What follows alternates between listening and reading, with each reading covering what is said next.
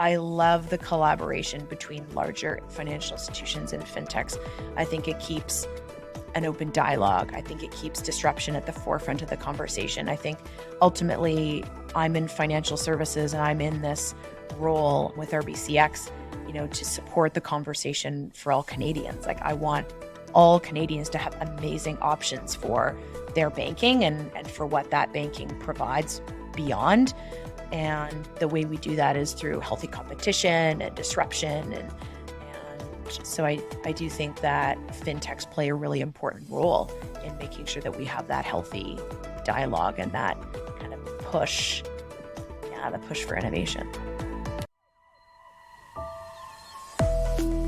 This is Net Learnings, the podcast that keeps finance and banking professionals ahead of the curve. In each episode, we focus on career growth and practical advice while mixing in the occasional war story. Join us as we tap into the minds of leaders and experts at some of the world's most notable financial services firms and enterprises. Let's get started.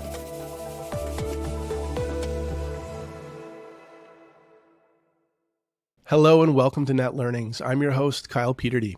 Our guest today is Devon Thompson, Managing Director at RBCx. Devon is an accomplished banking leader with over 21 years in financial services across a variety of roles, including commercial lending, risk management, and technology banking. She's been recognized as an influential woman in finance by BC Business here in Western Canada, and when she's not working or spending time with her family, she's giving back to the community through coaching and other mentorship initiatives. And I would be remiss not to acknowledge that Devon was also a mentor of mine during my time with RBC. And for that, I remain grateful. Devon, it's so nice to have you. Thank you for taking some time. Thanks, Kyle. Really appreciate the invite. Looking forward to the conversation. Very many people know RBC. They're a massive global financial services player. I'm not sure that all that many people outside of the tech community know RBCx. What is it? Sure. So we exist to support the tech and innovation ecosystem. Our North Star is to be the premier partner for tech and innovation companies across Canada. We do that through the banking platform where I'm anchored, running through tech-focused capital offerings to help our clients grow and scale, through our capital team, which supports all of our venture capital, private equity companies through financing as well as fund-to-fund investments. So we are investors right now in 16 funds across Canada. We do that through our platform team, where we offer, operational expertise to later stage companies on anything from marketing, operations, design, technology to support their scale and their growth. And then finally, through ventures, we grow, build, scale, and acquire technology companies to really, build out a really unique offering for our RBCx clients and RBC overall, the relationship we have with Canadians and being a bit disruptive. It sounds very much like a hybrid sort of combination of venture and operational expertise and traditional banking services. Like, is there anyone else doing what you're doing in the market? Yeah, I'd say simple answer, no. There's certainly folks that are building different components of what we're up to, but with all of the offerings that we do from the financing side, the advisory side, the introductions to investors, the acquisitions we're going through, the fund-to-fund investments, there's no other institution doing what we're up to, which is really overwhelming in some moments, but also incredibly exciting and empowering to be blazing this new trail and to really keep disrupting ourselves. How do we keep pushing and how do we keep driving innovation forward? So it's been a fun ride. I'm sure. I'd like to talk just a little bit about, banking and financial services. We're going to evolve into fintech. We'll take the conversation in a lot of directions. Sure. Let's just imagine a person that has no primary banking relationship, total clean slate, and for a moment, let's assume there's something of a cynic and skeptical of banks. Sure. Not that far-fetched, I guess. That person might say something in this environment, no, it's not. Very true. That person might say something like, banking is a commodity. I'll just go to the closest bank and I'll set up accounts there. So that begs two questions. The first, is that person wrong? And if so, why? And the second, why should that person choose to bank with RBC? Mm-hmm. Yeah, it comes down to people and building relationships and adding value. If you are making that a transactional service offering, then absolutely it becomes a commodity. The piece that we really wanted to differentiate and the reason that we exist is to have the relationship with clients in the ecosystem that is wildly unrelated to banking. And so offering our clients introductions, access to network, profiling them, doing things that are well beyond the traditional norm of what a banking relationship previously was, I think really speaks to wanting to disrupt and wanting to do things really, really differently. And so, yeah, I mean, I'm biased, but. Fair enough. And then that's also really good insight from like a client's perspective. The CFI community though is very large, and we've had millions of finance and banking professionals take our courses. So you never know what kind of talented individuals' interest you might pique. Maybe you can shed a little light on what makes RBC and or RBCx a great place to work. Oh, sure. So I've been with RBC 12 years, and in those 12 years, I've held 6 different roles. I think that really speaks to the diversity and breadth of career possibilities within an organization. The piece that keeps me, energized and anchored really is twofold. You surround yourself with an incredibly talented group of team members. I'm absolutely astounded by the folks that I get to interact with every single day within our organization. And then the fact that we get to partner with these wildly incredible clients in the market is just so, beyond what I could have ever imagined.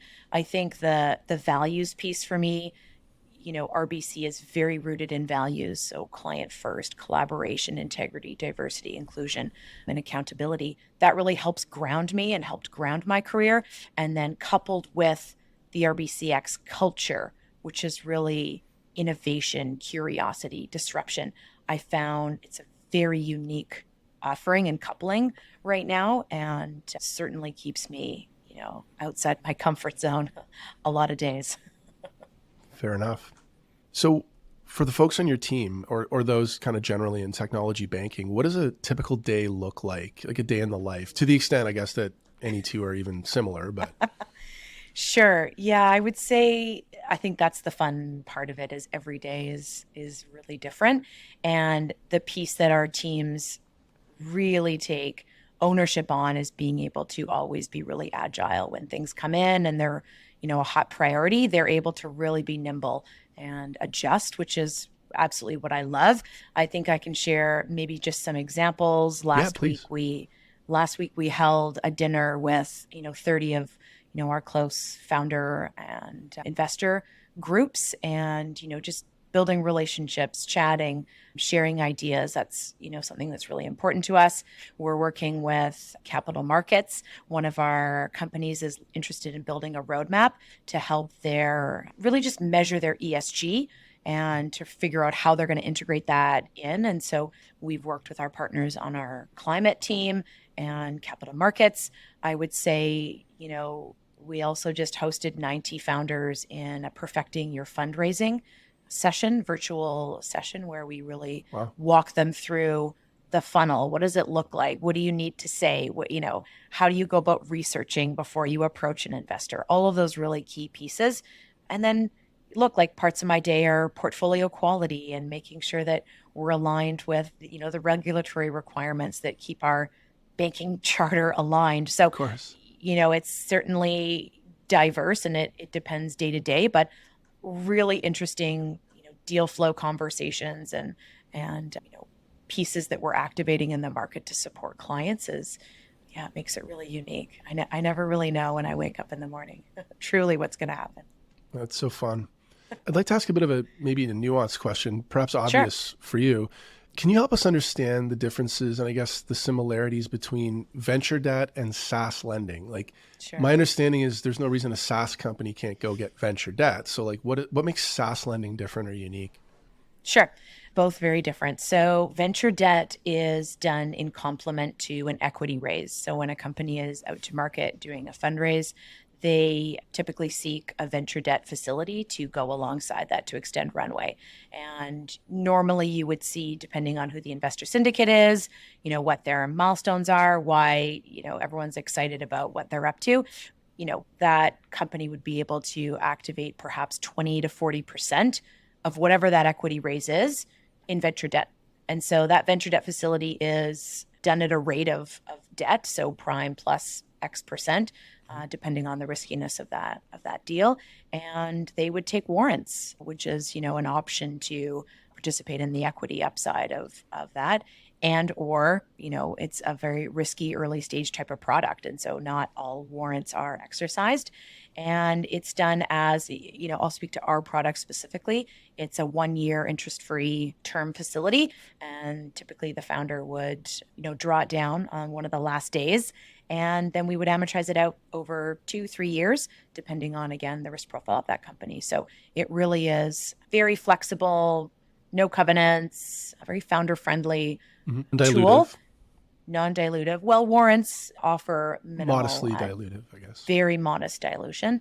And, really helps to extend the runway. It really is meant to put the founder in a better, perhaps, bargaining position. So it allows them maybe to ink one more contract with a large customer, or allows them to negotiate a really interesting partnership before they run out of burn to go back to the market to go through another fundraise. So it hopefully allows them to really build up their valuation and gives them a bit more breathing room before they need to go out for another equity raise. And then SAS line, recurring revenue operating line, that's really a working capital facility. So you take it based on whatever the monthly recurring revenue is. You would multiply that by a specific multiple, again, depending on what's the investor syndicate, what are some of the KPIs, what's their unit economics, what do they want to do with it and grow. Sometimes we've carved out portions of an operating line to use for acquisition financing. It really is very dependent on the company, but yeah, working capital and the day-to-day needs of a business as they grow and scale is a very different offering to a venture debt facility. Usages are very, very different. So as an ex-commercial guy, I would liken a SaaS facility to a traditional RCL, but for a company with recurring revenue that's a little bit more predictable, and you could base terms off of, I suppose, the length of contracts with their customers and their churn rate and so on, right? Absolutely. Okay, interesting, very interesting. Now, of course, nothing's perfect. So on a daily, weekly, monthly basis, what are you and your team finding to be the biggest challenges, and how are you overcoming those? Yeah, we're in, I'll date myself. I worked for an insurance company in 2008. So I've gone through a cycle that looks very similar to this. And it is a really tricky place for founders right now to fundraise, to get the valuations that I think a lot of them perhaps have kind of anchored on, believe that, they really want to see for their companies and for their teams. I think, though, it's also a moment of, coming back to reality and kind of this new normal where they're going to see these types of cycles. And that's really tricky right now for our team because the bank is not the place to go, as a bridge to equity, for example, or, to allow that founder, additional funds as they continue their round with investors. That's not really a play for our facilities. We don't have a product for that. No bank does, no financial institution does. And Right. So you will see the next, I would probably predict 6, perhaps 12 more months of really digging deep with founders and companies on what's their burn, what are their top priorities, how are they really being strategically aligned to what they're delivering to their customers, and making sure that they have the right people in place to do that. I think there's also going to be lots of companies that don't make it in this cycle, and that's very normal. That's the part of this kind of cycle that we're in. I would also say the companies that are built within these markets and that make it through these types of cycles are incredibly strong and gritty, and it's completely possible to do that. You just, you need to be laser focused on what you're trying to accomplish. Yeah, that makes sense. Between these podcasts and webinars and different initiatives that we do here at CFI, I've had the pleasure of speaking with a lot of entrepreneurs and C-suite finance folks, and I always like to ask them, sort of in their view, what makes a good financial partner, like a banker or an investor. Today, I want to flip that question on its head, though, and I want to ask you, what makes a good client? Sure. Yeah, great question. I think for us, it's really having a partnership with a client. We can only support based on the information that we're given and how much the client really trusts us, which is really up to us to build that trust and to be an extension of that client's team. And so the more a founder feels comfortable telling us and allowing us to come on the journey with them, the more things we can do, the more introductions we can provide, the better advice we can share, and the more connections we can introduce them into. So for us, it really is, we want kind of that buy-in for a long-term relationship with our clients. And that's really important to us. Clients have expectations for us as their financial partner, and we have expectations of our clients. We really do feel like it's a partnership, and we want to be on this journey with them together. I want to talk about fintech a bit. For Sure. those not familiar with it, financial technology. We had the pleasure of interviewing a fintech founder recently, ex-private equity, really creative and sharp, and he had some interesting insights. But you and your team have a really unique vantage point across a really, really large cross-section of super innovative companies in this space. So are there any trends you're seeing that you're able or willing to share with us? And I would say sort of more global, the better. Yeah, I think overall, if you take a look at when a lot of fintechs were founded, it was post 2008. So interest rates were very low and access to capital was very easy. And the way that fintechs typically have grown is really aggressively and through investors and venture backed. And so that was how they were built and how they scaled themselves. I think this is a very different type of environment. It is no longer growth at all costs. It is really around sustained economics and what is the eventual path to profitability? What are the KPIs? And a much more responsible trajectory for those companies. And there's still lots of capital on the sidelines. There's still capital being deployed to companies. I would say, smaller number of companies are accessing that capital now. And so I think fintechs are in an interesting position right now with rising interest rates and lower access to capital, that they'll need to figure out really how to survive in this type of environment. And the ones that can be agile and pivot and build partnerships, I think they will do incredibly well. And I love the collaboration between larger financial institutions and fintechs. I think it keeps an open dialogue. I think it keeps disruption at the forefront of the conversation. I think ultimately I'm in financial services and I'm in this role with RBCx, to support the conversation for all Canadians. Like, I want all Canadians to have amazing options for their banking and for what that banking provides beyond.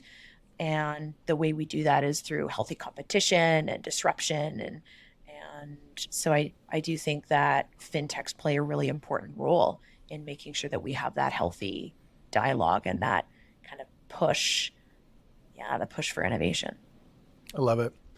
As a real leader in your field, obviously you have to stay up to speed. Are there any podcasts, books, thought leaders, or sort of publications that you're a fan of? I follow a lot of the tech reporters, big fan of, Beta Kit podcast and their publication. I follow Sean Silkoff from the Globe and Mail. I would say I also follow a lot of our investors. So we're invested in 16 funds across Canada.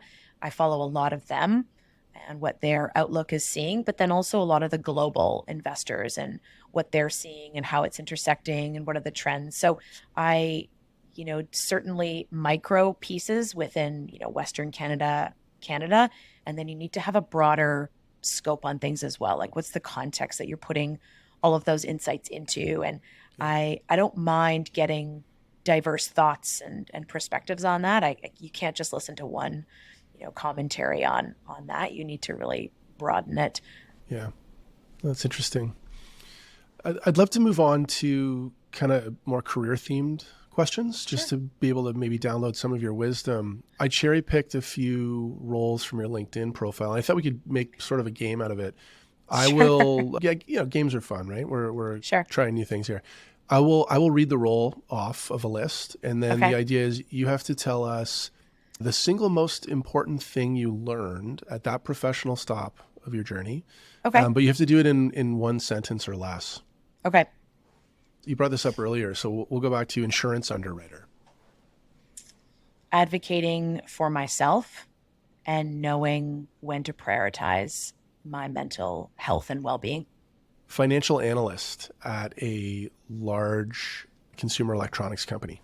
The importance of using and understanding data to make really key decisions in the business. That literally comes up on every single discussion that I have with everyone, and it's remarkable how important data science and business intelligence has become. Okay, number 3, commercial banking relationship manager. Putting myself in the shoes of founders in a variety of different industries. Number 4, risk manager or credit adjudicator. Yeah, the crucial nature of knowing the financial piece of the business and a credit acumen, especially if I wanted to be a leader. Okay, great lesson. And then the last one is leadership. So VP commercial, a people manager in commercial banking. Yeah, all of a sudden my career took second place and my team members' growth and development became my top priority. It must have been a major mind shift to be able to just do that on the fly, right? It takes time. You need to, if you want to be in leadership, you need to really want it, truly. It's not about a title. It's not about, the power. It's truly around making a difference for people and doing everything you can to move mountains and get things out of their way so they can be better. They can do what they love most. About a whole that's greater than the sum of its parts, right? Mm. I want to wind back the clock a bit. When you joined RBC as a commercial banker, what was it about commercial lending that was attractive to you? Yeah, because I was previously in insurance and retail banking, I really felt that commercial would open me up to the entire conversation. And it allowed me the portfolio aspect of it. I loved being able to advise and support a variety of different companies and founders. And that was really, really attractive to me. We have a lot of current and aspiring bankers within the CFI community. What are 2 or 3 absolute must-have critical skills or characteristics that you think every successful commercial lender needs to have? Curiosity, accountability. Mm-hmm. I like both of those a lot. And the ability to build trust and rapport. Curiosity, accountability, and the ability to build trust and rapport. I love it. I mean, as an ex-banker myself, that resonates a lot. And it's very interesting to me that none of those have anything to do with financial analysis or credit acumen. CFI can teach you the numbers. You sure can. You cannot teach people relationships and trust. And you need to really own it and live it and breathe it and have it be a part of you. Love that. How has commercial banking changed over the last decade? And I guess as an extension to that, how do you see it continuing to evolve over the next 5 or 10 years? Yeah, I've seen a lot more technology integrated into banking. I've seen it's a lot faster pace. I think there's a lot more macro pieces to the equation in commercial banking now. So the trends have been, for me, really exciting. I love that we're integrating more technology. I love that we're continuing to evolve as an organization and supporting our clients. I would also say client expectations are very different now. I'll share from experience, our clients at RBCx, they're not comparing the support and partnership they get from us to another financial institution. They're comparing us to an Apple or a Google or, when they walk into Starbucks. That's the client experience that they're comparing us to, as they so should. And I love that. I love that has really come to the forefront. The reason we're here is to support clients and communities, and we're ready for the challenge. The Apple client experience is setting the bar very, very high. So right. That's I know. wonderful. And as a user of financial services, no longer working there, I mean, I get it. I agree, because Apple to me is the benchmark of what a product's supposed to look like and how it's supposed to work and reliability. So that resonates with me too. I know you're big on mentorship. So I'd love for you to share a bit of your wisdom on this topic, and maybe I can give you a two-part question. You can share more thoughts beyond that if you want. First question is, what makes a good mentor? And the second question is, what can people do to be a better mentee? Like how can they get the most out of the relationship, or maybe make it more of a two-way street? I'll turn it over to you. Yeah, I think mentorship for me, and each mentor would perhaps define it a little bit differently. I think the listening piece is really crucial. My job is not to solve the problem. My job is to be a sounding board, to listen, to ask great questions so that individual can walk their own path through their own journey. So I'm supporting them in that process. As a mentee, I would say you need to be all in. If you're going to ask for mentorship, if you're going to enter into that type of partnership, you need to come prepared and ready and be really authentic. If you're not going to share honestly and openly, then it's really hard for the mentor to provide that sounding board that's, helpful. And then I would also say the mentee, I really hope that they're open to radical candor, because building a really trusting relationship and providing feedback that's based on kindness is incredibly crucial. I've had some of the toughest feedback from my greatest mentors, and if I wasn't open to hearing that and dismissed it, then I wouldn't be who I am today. I've really had some great mentors that I built a trusting relationship with. I knew they had my best interests at heart, and they wanted to share my blind spots with me. They wanted to hold up a mirror so that I could see my blind spots, which is incredibly powerful and a really great gift. It can be hard to check our egos at the door sometimes, but it's the step that's absolutely required to grow, really, and to understand. It's a choice. Yeah, it is. It can be a hard choice, but a valuable one. I've heard this concept as an extension of mentorship about sponsorship. So how would you define the difference between sort of like a mentor within an organization and a sponsor within an organization? Very different. Yeah, mentorship can be peer-to-peer. Mentorship can be really ad hoc, and it really is advice and sounding board and safe space. I would say sponsorship really differs in that you've found an advocate within the organization that is really going to put you on projects, that are going to profile you, that is going to pick up the phone of that hiring manager for that job you've just applied to and sing your praises. That sponsor is somebody that is really invested in you succeeding. And that is a crucial part of, building your career and finding people that are going to support you as a sponsor and as an advocate within the organization. I've been really fortunate to have a variety of sponsors, and they've been incredibly impactful in my career. And a sponsor typically would be above you in the hierarchy within the organization, right? Someone with influence? Typically, yeah. Okay. You've led various teams at the bank and throughout demonstrated the kinds of leadership capabilities that get someone promoted into an MD role. So you're doing a lot of things right. My question is, What are Devon's lessons in leadership? Do you have 2 or 3 that you'd be willing to share with us? Yeah, I am values aligned leader. So I lead, from my heart. It needs to be authentic for me. I need to bring my whole self into work. I would say the big piece for me is the team is my number one priority. I think about them all day, every day. What's in their way? How can I support them? How do I, challenge them to think differently? How do I push them when they need a little nudge? Everything is really comes back to what kind of team you are building and you're cultivating.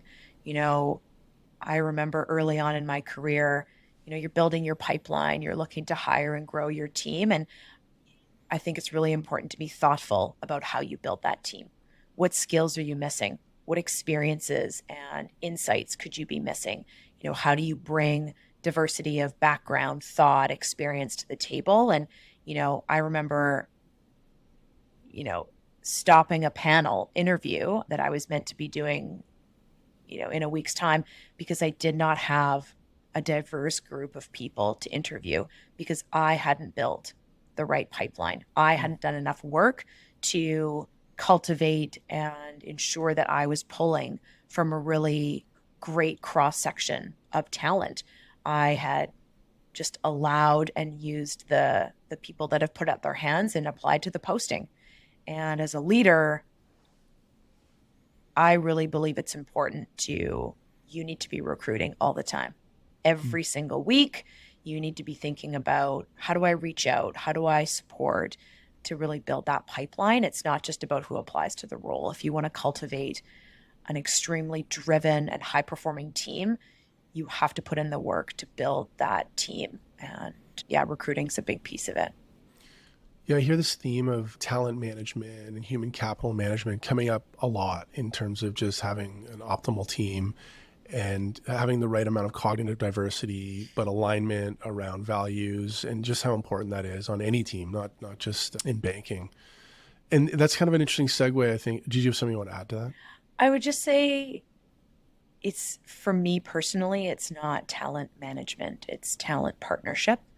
Hmm. I'm not here to manage. I'm here to partner and encourage and support. And then I forget the other word you used, Human capital management. human capital management. Again, you know, that language for me is really tough because it doesn't resonate with my values. Hmm. I really believe that I am here to support my team. I'm here to partner with them. I'm here to be their cheerleader. I'm there to give them really candid feedback. And I'm not here to micromanage them. I'm Right. not here to consider them assets. They are not. They are partners in this journey alongside us all. And yeah, that's how I've built my leadership. That's wonderful. As a former career changer myself, I often think about our members that are in the same boat and sort of how we can help them position for a transition like into financial services. And you alluded to some of the qualitative skills earlier. It wasn't technical acumen.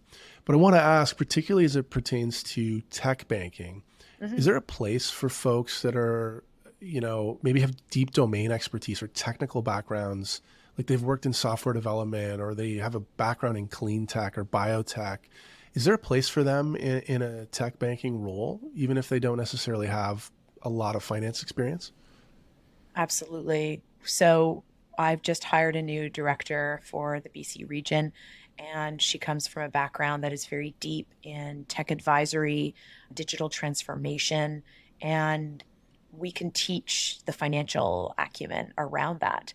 That's really important to us that we bring in ex founders, ex operators, we have ex VCs within our practice. And we really wanted to build something that was really unique to offer and partner with founders. So I would say a lot of the pieces we can teach, and we're looking for really broad experiences, different expertise, and that really matches the ecosystem that we're supporting. Very cool. When you think about your career so far, which is illustrious by all measures, like, do you have any regrets or things you might have done differently?